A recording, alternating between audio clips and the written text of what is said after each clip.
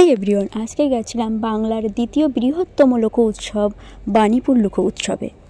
2025-এর 3 জানুয়ারি থেকে শুরু হয়ে গেছে বাণীপুরের 69তম লোক উৎসব এবং এটি চলবে 11 জানুয়ারি পর্যন্ত। শিয়ালদা থেকে হাবড়া বা বনগাঁ লোকালে অশোকনগর স্টেশনে নেমে 2 নম্বর প্ল্যাটফর্মের পাশেই আছে টোটো স্ট্যান্ড, সেখান থেকে মেলার টোটোগুলো পাবে এবং ভাড়া পড়বে 15 টাকা।